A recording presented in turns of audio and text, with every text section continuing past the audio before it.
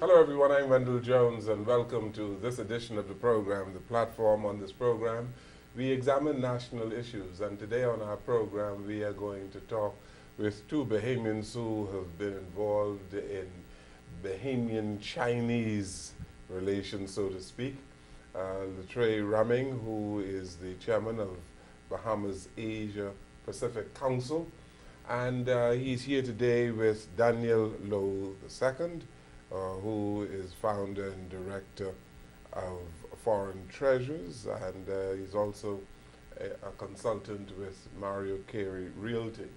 And they have just come back from China. As a matter of fact, they telephoned me from China saying that they were there doing some business, and they expressed an interest in being on the platform, and so here they are. Gentlemen, welcome to the program. Thank you very much. Nice to have you here both today.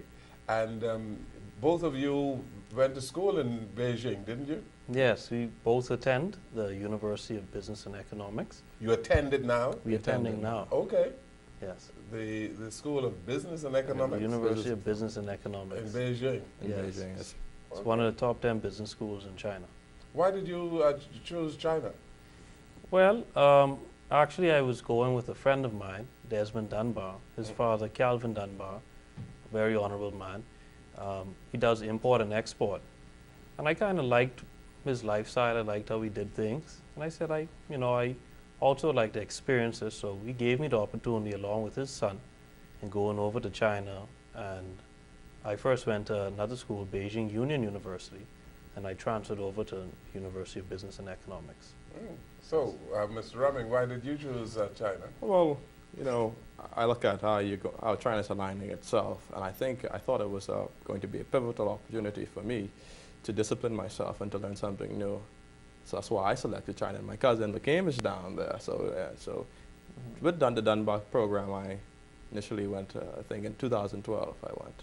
So you have quite a number of Bahamians in China studying? And growing rapidly. Growing rapidly? Growing rapidly. How many would you say? In Beijing, I'll estimate the 30 now. In all of China, about 50 to 60. Yes. And Yes. they are in different disciplines, eh? Right. Okay. Engineering and business are the primary focuses. Okay. So you're learning the language? Yes. I've completed my HSK4 certification, which will allow me to operate on any business level. Okay. So you Mandarin or Cantonese? Mandarin. Mandarin. I'm on my level 3 now. So he's on level 4. I'm on level 3 now. Okay. How many levels do you go to? Well, it's 6. So once you reach a 4, then you're basically, in some sense of the word, fluent. You're proficient on all business levels. Now, once you reach a 6, HSK 6, then you're able to analyze poetry and to that extent, where you could do further analysis of books and literature. So that's a real advanced. Yeah, well, level 4 is not bad. Level 4 is okay. Okay. So how long do you intend to be in China, both of you? Well, I'll let Donnie go first. He's my senior. Well, it's right now it's indefinite because we plan, Mario Carey Realty, we plan on opening an office in mainland China within this year.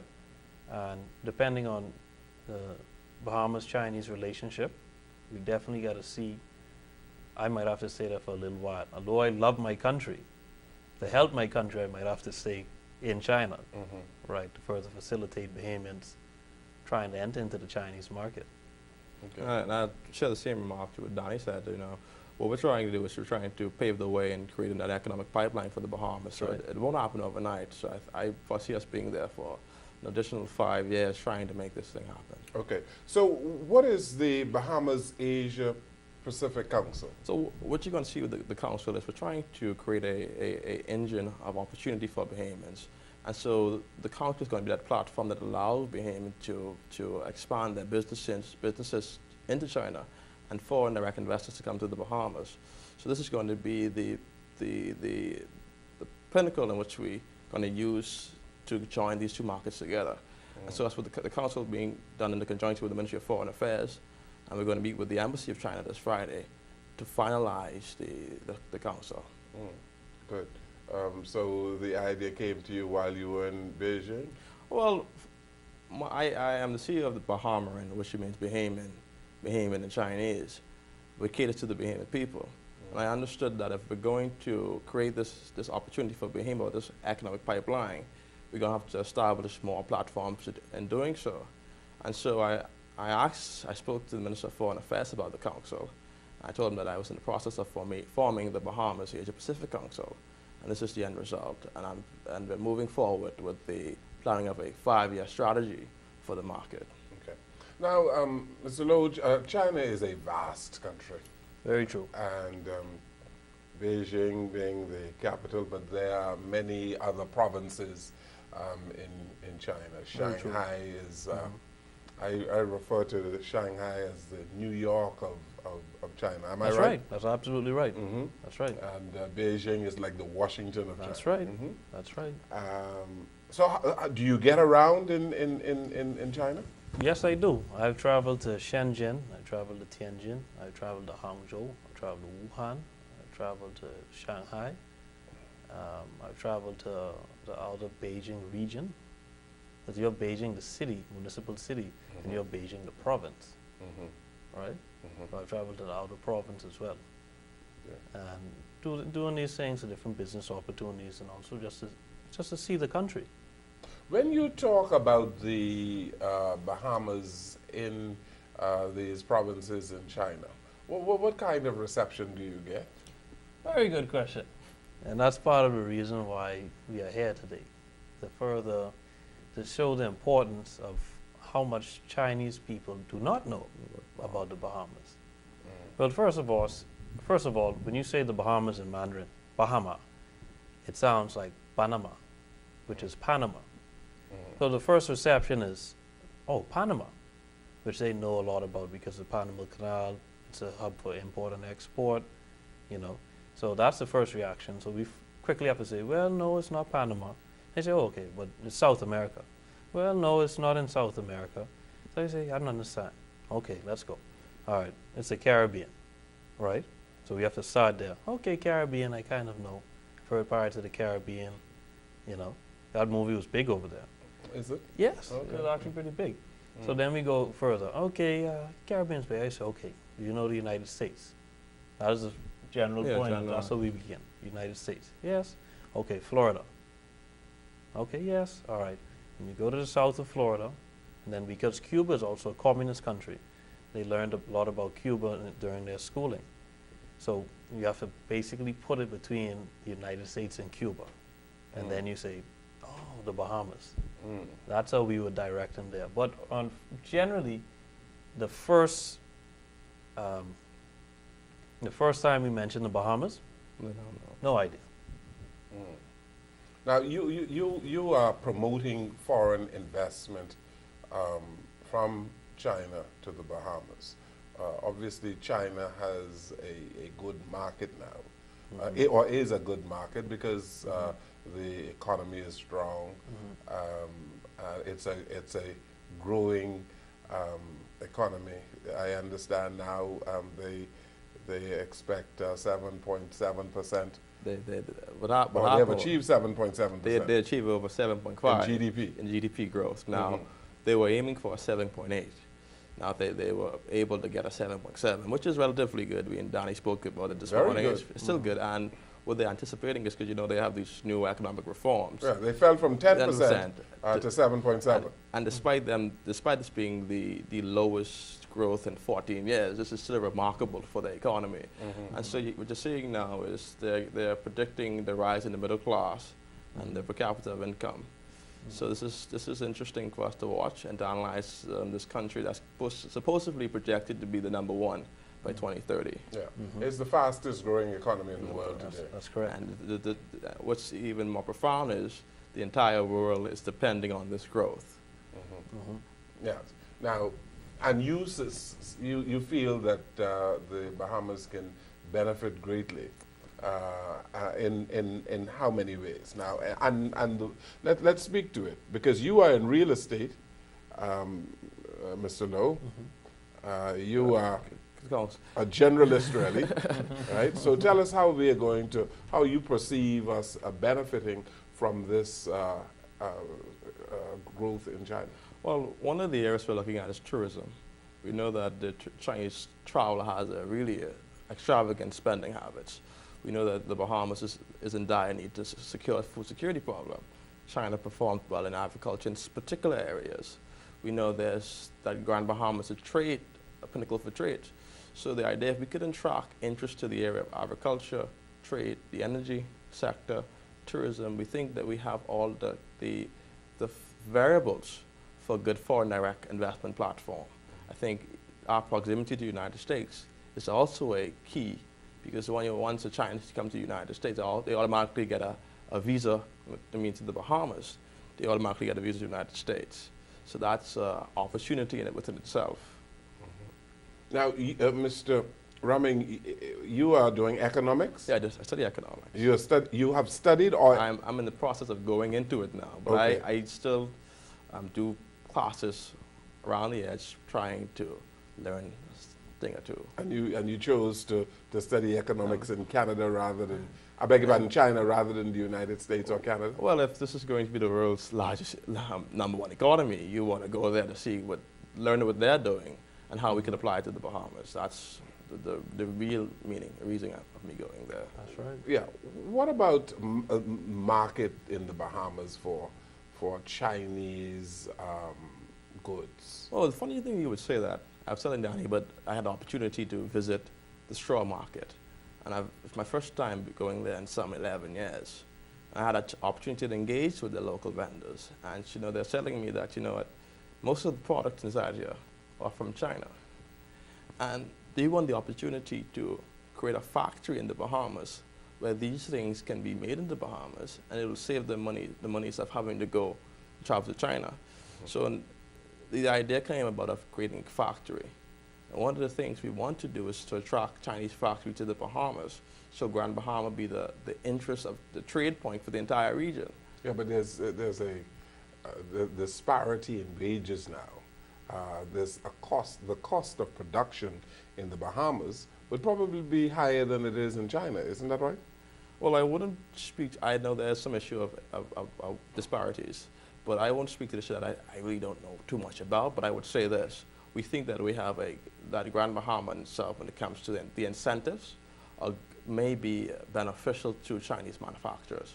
Like I say, the proximity to the United States and this untapped market in Latin America is a good opportunity for trade to foster that trade connection. Yeah. Isn't it true that the Chinese economy is doing as well as it is doing because of the cost of labor being extremely low, and it is much cheaper to manufacture goods in China than it is to do so in the West? Well, it's absolutely correct.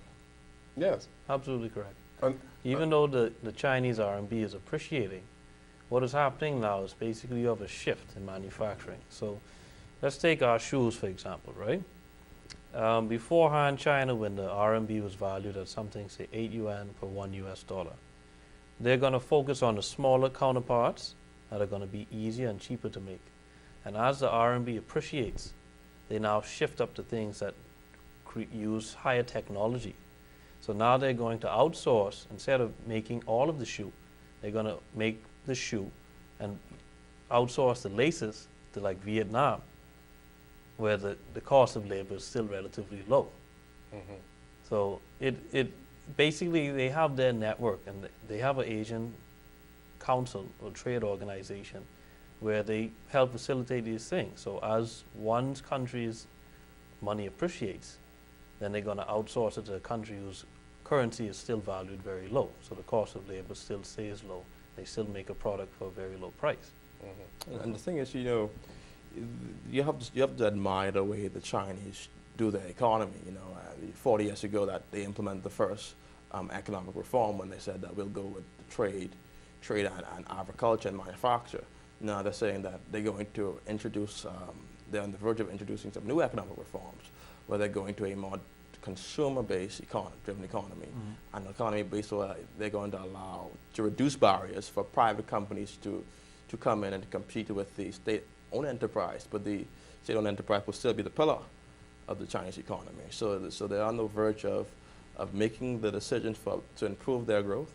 And like a chief economist said, that it's like Chinese medicine. If you don't do it, you'll pay for it later on. But if you do it, you don't expect it to happen overnight. But the barriers exist, and it has grown exponentially between the United States and China. There is a tremendous trade deficit the United States is suffering now, because the Chinese is manufacturing many times more than, say, the Americans are. As a matter of fact, American manufacturers are using Chinese labor That's right. to manufacture goods for the West. That's right. Now, my question, since we established that, shouldn't you then be looking at bigger markets rather than looking at a small market of the Bahamas of a couple 100,000 people?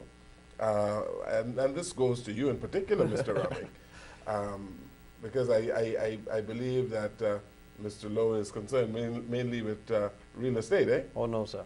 No? Foreign direct investment. Okay, foreign direct investment, okay. But in terms of manufacturing goods, the Bahamas has a very small market, doesn't it? See, but you're not looking at the Bahamas. We're looking at setting the Bahamas to be the beacon of trade for the region. So you have that, if you attract Chinese manufacturers in Grand Bahama, what that allows is a closer proximity for the average Caribbean person. Instead of traveling to China, you could travel to Grand Bahama for goods, manufactured goods. So I think that's the concept and the idea behind it. And I think, secondly, the Bahamas enjoys that advantage of the passage for the trade in Grand Bahama. So we're looking at that trade hub, and we think that it has great value and that it presents great opportunities for the Bahamas and the China relationship for the transatlantic passage. So you want to use Freeport then as a hub for Chinese products for the region, for the Caribbean? Let me just say this clearly. What we want to do is to attract investors to the island of Grand Bahama, to create economic activity, whether it be, we understand that the tourism model for Grand Bahama is inefficient, and we could find new ways to diversify the economy. Attracting manufacturers to the island would be step one to doing it. Yeah, but when you attract manufacturers to the island, we have to take into consideration the cost of labor. Okay. Because I don't know if you're going to be encouraging Chinese workers en masse to come into Grand Bahama to develop products for sale in this region, or whether you are encouraging Chinese manufacturers to go into Grand Bahama to employ Bahamians. It's for the employment of Bahamians. We wouldn't recommend them to come here if it wasn't for the benefit of Bahamians, because at the end of the day, anything that me and Mr. Lowe do has to go to the best interest of Bahamians. Now, when you employ Bahamians, then the cost of your labor goes through the roof. Not necessarily. Or for the Chinese. Not necessarily. What we're hoping is, and that's when you have this great compromise and a grand bargain is, if you're having foreign direct investments coming to the Bahamas to employ Bahamians, then you're going to have to come to the negotiation table where you provide them with some incentive to compensate for the high wage and the high labor costs. So looking at the compensation and where we're going to leverage, and that's the new economic term we're using now, leveraging. Okay, very good. All right, we're going to talk more about leveraging. Let's take this break here on the platform, and Latrae Rahming and Mr. Daniel Lowe II, our guests here today. We'll come right back.